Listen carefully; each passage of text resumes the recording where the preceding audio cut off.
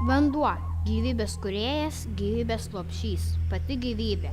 Jis vienija visą, kas gyvena, suteikia formas, diktuoja gyvenimą.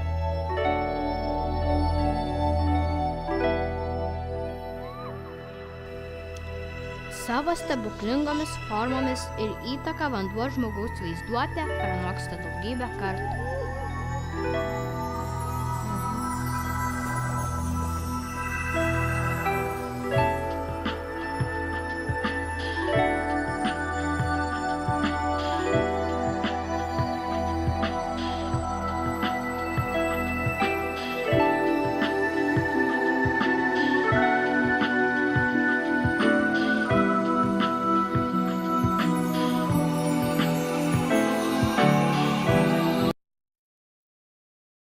Vandens pusiausvyra gamtoje ypatingai svarbi.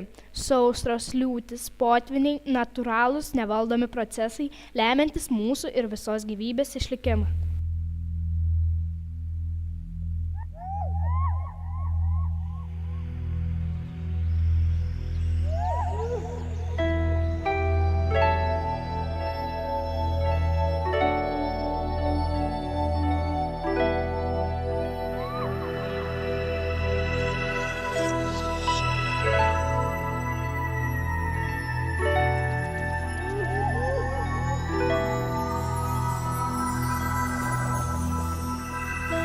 Tačiau netinkama žmogaus veikla gali pakeisti gamtos procesus taip, kad išlikimo problema taps dar opesnė. Gamta nepajėgi kovoti su vandens teršimu.